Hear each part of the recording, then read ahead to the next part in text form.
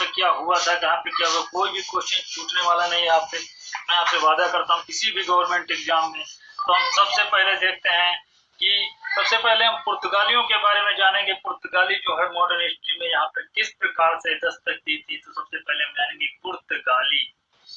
तो पुर्तगालियों के बारे में जानेंगे।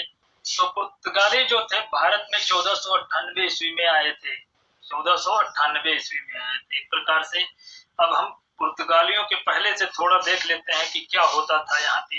तो 1400 मान लेते, इसके पहले जो मध्यकाल में भारत आने के लिए दो मार्ग थे, फारस की खाड़ी वाला मार्ग, लाल सागर वाला मार्ग। फारस की खाड़ी वाला मार्ग दो कारणों से दुष्कर था।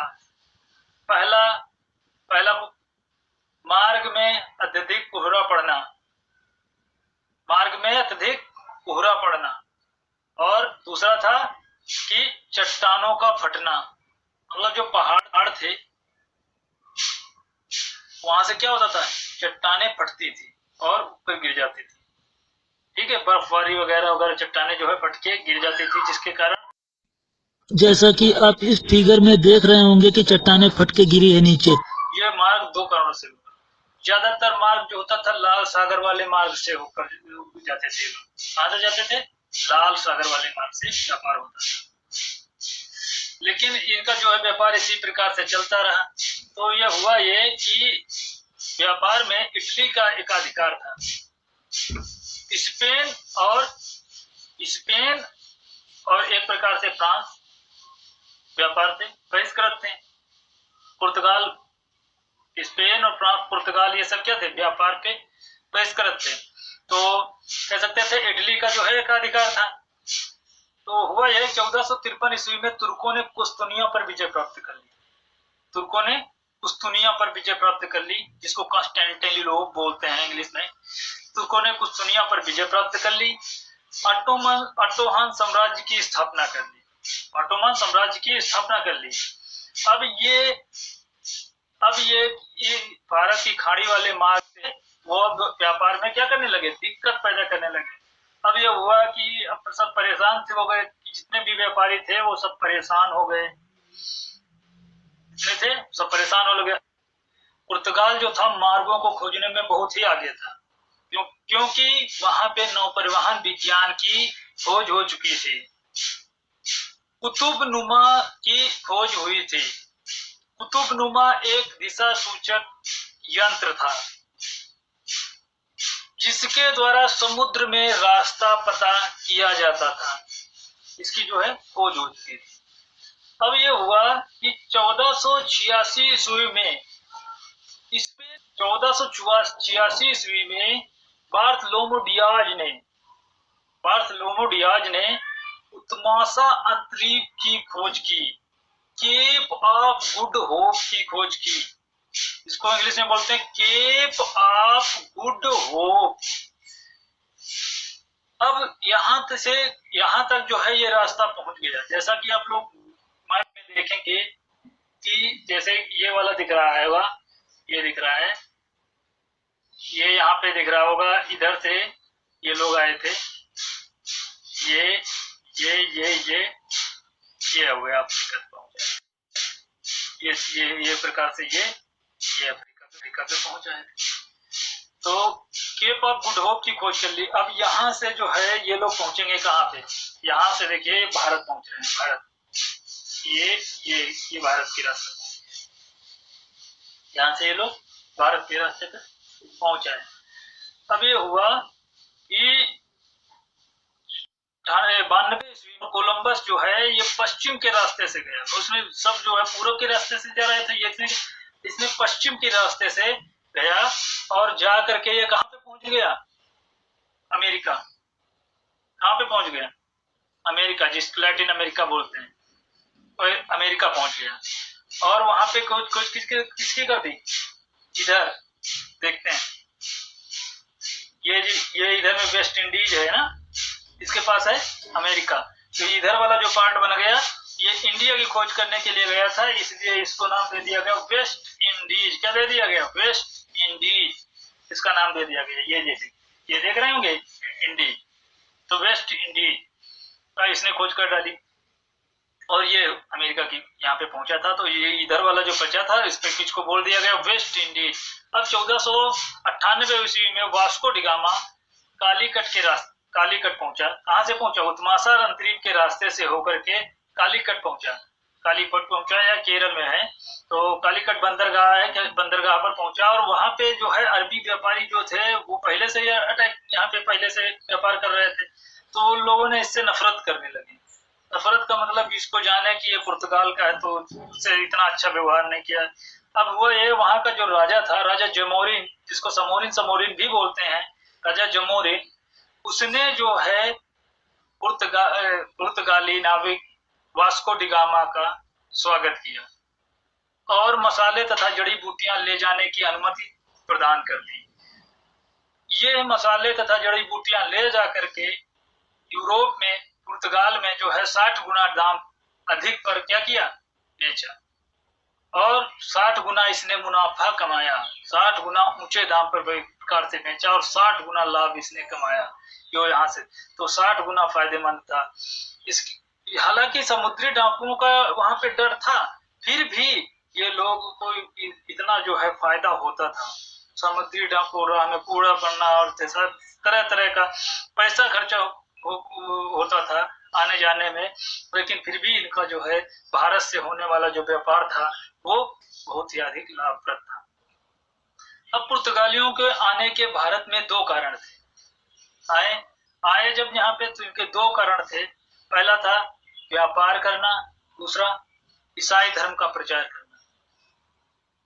पुर्तगाली जो नाविक था कि अब यह हुआ कि 1498 ईस्वी में वास्को डिगामा आया। इसके बाद जो है 1500 ईस्वी में अल्वारेज कैब्रल के नेतृत्व में पुर्तगालियों का दूसरा अभियान दल भारत पहुंचा। पुर्तगालियों का दूसरा अभियान दल एक प्रकार से भारत पहुंचा और भारत में इन्होंने यहाँ से मसाले वगैरह ले जा करके और फिर से ये पुर्तगाल पहुंचा। फिर से ये कहाँ पहुंच गया? पुर्तगाल पहुंच गया। 1502 ईस्वी में वास्को डिगामा पुनः आया भारत में और कालीकट में, मतलब कालीकट में इन्होंने पहली फैक्ट्री अपनी डाल दी। कहाँ पे फैक्ट्री डाली? कालीकट में प्रथम फैक्ट्री की स्थापना की। इसके बाद दूसरा जो आया 1505 ईस्वी में पुर्तगाली सरकार ने एक नई नीति अपनाई। इसके द्वारा भारत में एक गवर्नर की नियुक्ति की जाती थी। भारत में क्या कर रहे थे अब लोग? अब ये गवर्नर की नियुक्ति कर रहे थे। इस प्रकार से 1505 ईस्वी में पहला गवर्नर जो बना वो अल्मीडा बना। 1505 ईस्वी में कौन गवर्नर बना? अल्मीडा बना। अल्मीडा जो था 1505 ईस्वी से 1509 ईस्वी तक रहा। इसने जो है कोचीन का दुर्गीकरण करवाया, इसे अपना मुख्यालय बनाया। केन्नानूर कर्नाटक 1505 ईस्वी में इसने केन्नानूर कर्नाटक में दूसरी फैक्ट्री डाली। मोस्ट इंपोर्टेंट है, 1505 ईस्वी में पुर्तगालियों की दूसरी फैक्ट्री केन्नानूर कर्नाटक में पड़ी। ठीक है, केन्नानूर कर्नाटक में पड़ी। गुजरात, मिस्र, तुर्की संयुक्त मुस्लिम जलवेणु को इसने पराजित किया और द्वीप पर अधिकार कर लिया। अगला फैक्ट है 1509 ईस्वी से 1515 ईस्वी तक जो दूसरा गवर्नर यहाँ पर आया वो आया अल्बुकर्क। इसने ये पुर्तगाली सत्ता का वास्तविक संस्थापक माना जाता है। इसने 1510 ईस्वी में बीजापुर से गोवा जीत लिया था। 1510 ईस्वी में ये बीजापुर से गोवा जीत लिया था। पुर्तगालियों की जनशक्ति के अभाव के कारण, मतलब पुर्तगालियों की संख्या के कम को देखते हुए इसने पुर्तगालियों को यहाँ की औरतों से शादी करने के लिए, विवाह करने के लिए प्रेरित किया। इसके बाद जो अगला गवर्नर आया 1524 ईस्वी से 1532 ईस्वी तक जो रहा वो वास्को डिगामा था। वास्को डिगामा यहाँ पर आकर के, ठीक है, वास्को डिगामा यहाँ पर दोबारा आया और यहीं पर इसकी जो है मृत्यु हो गई। इसकी मृत्यु जो है गोवा में हुई थी। इसकी कब्र भी यहीं गोवा में है। सेंट जेवियर की कब्र भी गोवा में है। अगला जो आया 1529 ईस्वी से नुनो दा कून्हा, 1529 ईस्वी से 1538 ईस्वी तक नुनो दो कून्हा जगह पर गोवा को अपनी राजधानी बनाया। 1530 ईस्वी में कोचीन की जगह पर गोवा को अपनी राजधानी बनाया। एक प्रकार से इसने गोवा को अपनी राजधानी बनाया था। मद्रास के निकट सैंथोम तथा बंगाल में हुगली में पुर्तगाली बस्तियों की स्थापना की और पूर्वी तट पर वाणिज्य विकास भी किया। मतलब भारत के पूर्वी तट पर वाणिज्य का विकास किया।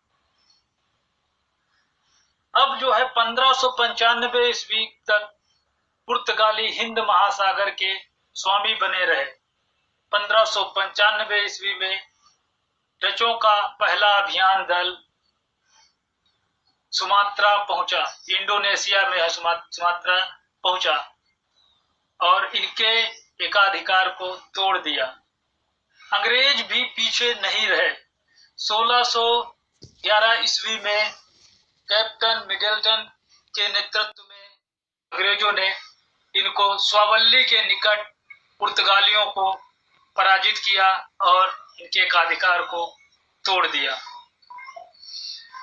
1961 ईस्वी तक पुर्तगाली जो थे वो भारत में रहे।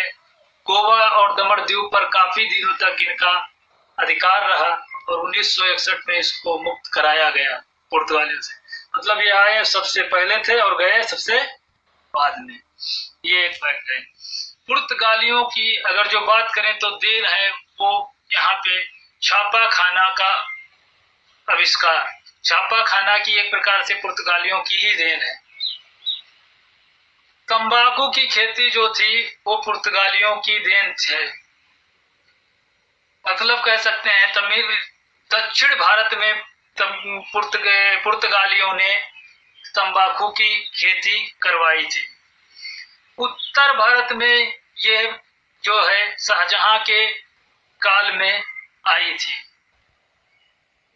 सालू, शकरकंद, संतरा, कंद, मूंगफली, काजू, बादाम, ये पपीता थे वो पुर्तगालियों की ही देन है।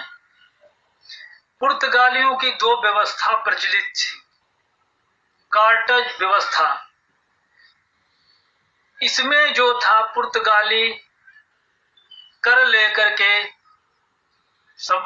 समुद्र में अरबियों को एक प्रकार से और भारतीयों को परमिट देते थे। मतलब व्यापार करने की परमिट देते थे सब। अगला जो काफिला व्यवस्था थी, इसमें जो पुर्तगाली जलबेड़ा इनके साथ चलता था, ये देखता था, एक नंबर ये देखता था कि कोई भी जहाज पुर्तगाली बस्ती के बाहर पुर्तगालियों से बाहर जा करके तो व्यापार नहीं कर रहा है और ये देखना था कि समुद्री डाकुओं से इन पर अटैक ना कर दें, इनकी रक्षा करना था। ठीक है, तो नेक्स्ट लेक्चर हम देखेंगे डचों के बारे में। तो डचों के बारे में हम नेक्स्ट डे पढ़ेंगे नेक्स्ट लेक्चर।